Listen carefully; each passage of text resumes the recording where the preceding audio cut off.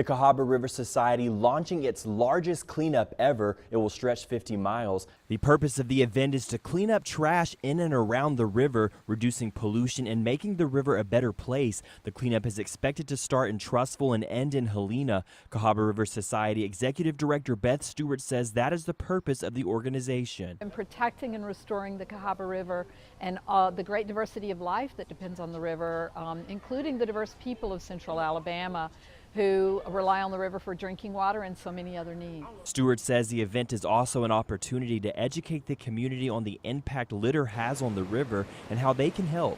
Gordon Black is Director of Education. And the river is one of our major sources of drinking water. It's maybe one of our most important sources of drinking water. In the summertime, we're taking as much as 85 million gallons a day out of the Cahaba. That water is pretty high quality. It's degraded by the garbage that washes into it, and it costs money to get it out. So it's literally money out of our pockets to clean this garbage out of the river. Black says the litter is also harmful to the habitat of the Cahaba River. The Cahaba is famous all over the world for its biodiversity. There's more different kinds of fish per mile, more different kinds of insects, turtles, snails, mussels, all kinds of things that live in rivers. The Cahaba is famous for having more different kinds of that than any place else. When you start degrading habitat, when you start changing habitat, some of those creatures can't stay healthy. So we want to protect that biodiversity. Scientifically, it's a marvel. Black says plastic litter has a more severe, devastating effect.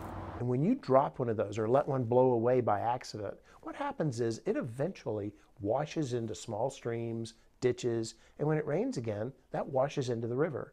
When it washes into the river, it's really hard to get out. It's not something that naturally just disappears. Instead, it biodegrades. It breaks down into little bitty pieces of plastic. A lot of people have heard about the microplastic problem that we're having.